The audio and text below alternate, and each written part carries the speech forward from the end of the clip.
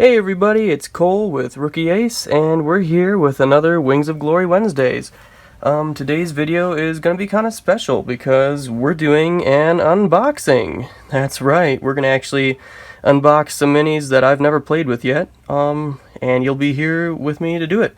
So anyway, without further ado, here we go. Very excited. I just got this in from Evan at Rival Sky Games down in Australia, and yeah, so in the interest of full disclosure, I did receive this kind of as a gift from him, I guess, to say thank you for featuring his channel in the description of my videos. You know, it really doesn't change anything. I'd be glad to do it either way, and I've had really good buying experiences from him over the years. I think he's the one who sold me that Udet D7, kind of the pride and joy of my collection, so, you know, just a great guy to deal with. Would highly recommend him even without the even without this, but this is just extra classy of him, so hey, thank you. So anyway, here we go. We've got two aircraft here. We've got one that I've been looking for a long time, the Belgian Re8. This is old Wings of War vintage, and you know, they make the Re8 for Wings of Glory, but not this Belgian version, so it's kind of special. And then we have a brisfit. Now, I do not know, I should know the pilot and gunner's names, but they're British, they all kind of, oh, there they are, perfect. Hey, they're going to help me out there. So, here on the label, it tells me it's the Headlam/Beaton version. So anyway, been kind of looking at this one too for a while, so very excited about all that. Today, we're going to be looking primarily at the Re8. We'll do a video on the brisfit another time. So, alright, let's look at what we're dealing with here. So usually when I unbox these minis, I like to press these two fingers down, get rid of the tape, and kind of slowly do that. Especially when you're unboxing vintage stuff like this, it pays to be kind of careful. Alright, so you got your standard 4 altitude pegs. I'm going to set them to the side right here. Just gently apply a bit of pressure with my fingers underneath to get them out. You have the maneuver deck, and you'll notice the maneuver deck is kind of small when compared to other maneuver decks, but this is because this is not exactly a maneuverable fighter plane. This is more of a workhorse of early to mid-war. So since I'm not storing this long term in these trays, I'm not afraid to kind of squidge them a bit like this to get it out without damaging the aircraft. I'm gonna end up storing them more in these this sort of plastic tote. But yeah, you just want to be kind of careful to easily sort of get the plane out. We don't want to damage the plane, and just kind of work it like this, just about there. Oh. Okay, we're there. Alright, so I'm going to put this to the side, and let's look at the plane here. It's very, very nice. You even have the little B on the side, that's a lot of fun. And you got the Belgian roundels, so now my Belgian camel will finally have something to escort that isn't British or French. Just going to adjust the propeller a bit, I may have bent it. Okay, there we go. It's all good. So there you have it. That is the Belgian Re8. So now let's actually get into looking at the plane itself. So it's got 13 points of damage. So for scouts, you know, even for a scout, 13 would be a little on the low side for damage. But this Re8, it's kind of a, you know, as far as its design looks, it looks a little bit more flimsy, but that's how they made it, I guess. So yeah, it's definitely not going to take a lot of hits, you know. 2 5s and a 3 will be all you need to knock you down, so someone could potentially eliminate your plane in 3 cards of damage. You're going to have to live with that and fly smart. But and it has B guns in the front and B guns in the back. So all that means is you're looking at a single machine gun for the rear turret and a single machine gun for, it's right here, it's mounted on the right, single machine gun for the pilot.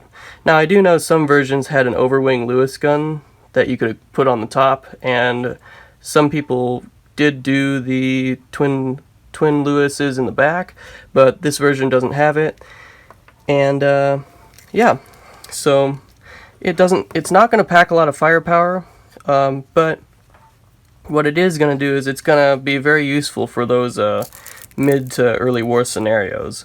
Let's look at the maneuver deck here. I'm going to get it out of the shrink wrap here. I love the way new maneuver decks feel. They're not all greasy or anything. They're just perfect. They slide so easily.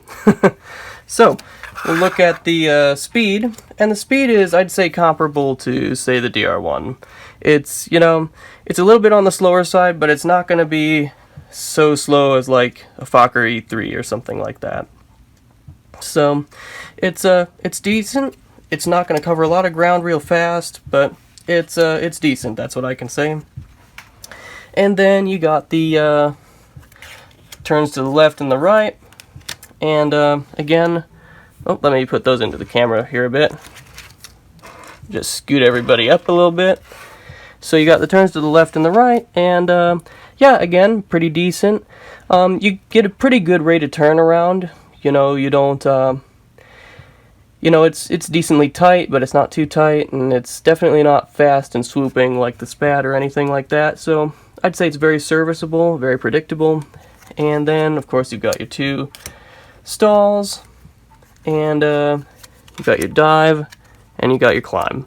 You know, very basic. And also, like just about every other plane, you've got your side slips to the left and the right. And there you have it. That's its entire maneuver deck. So we're looking at almost, I'd say, especially as you start fielding later warplanes against it, almost an underpowered plane, but I actually kind of like it. It's got a special place in my heart because, I don't know, sometimes I like the underdog. And it's just, you gotta hand it to it. It's a really janky, cool looking plane. It gets bonus points for looks as far as I'm concerned. It just looks awesome. And so when you're flying this, you're gonna want to be well escorted or flying them in a group, so that they can cover each other with their tail guns, as was true in history. As far as like low-level bombing, yeah, you know, you might be better served flying like a brigade, because they have 17 hit points instead of 13.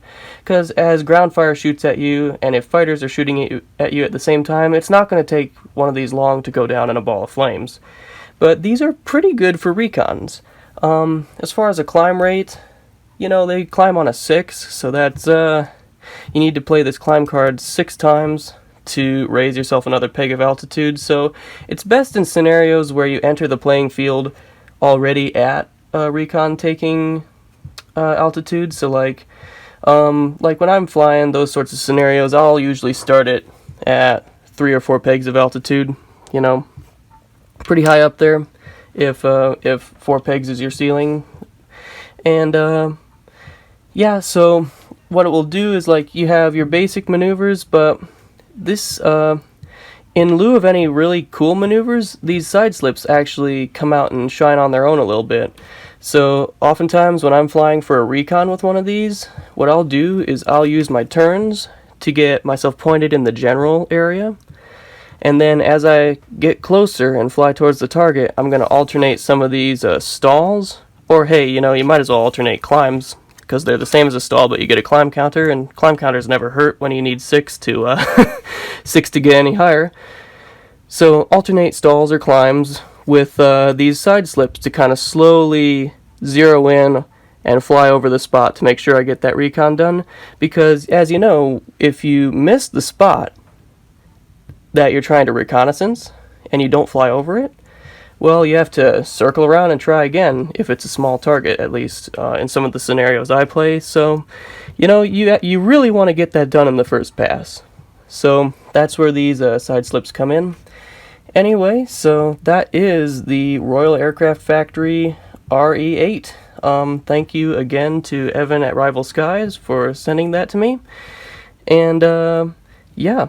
So if you have any thoughts about the RE8, any thoughts about missions that we could run with it, feel free to let me know in the comments below. And until I see you all again, salute and blue skies.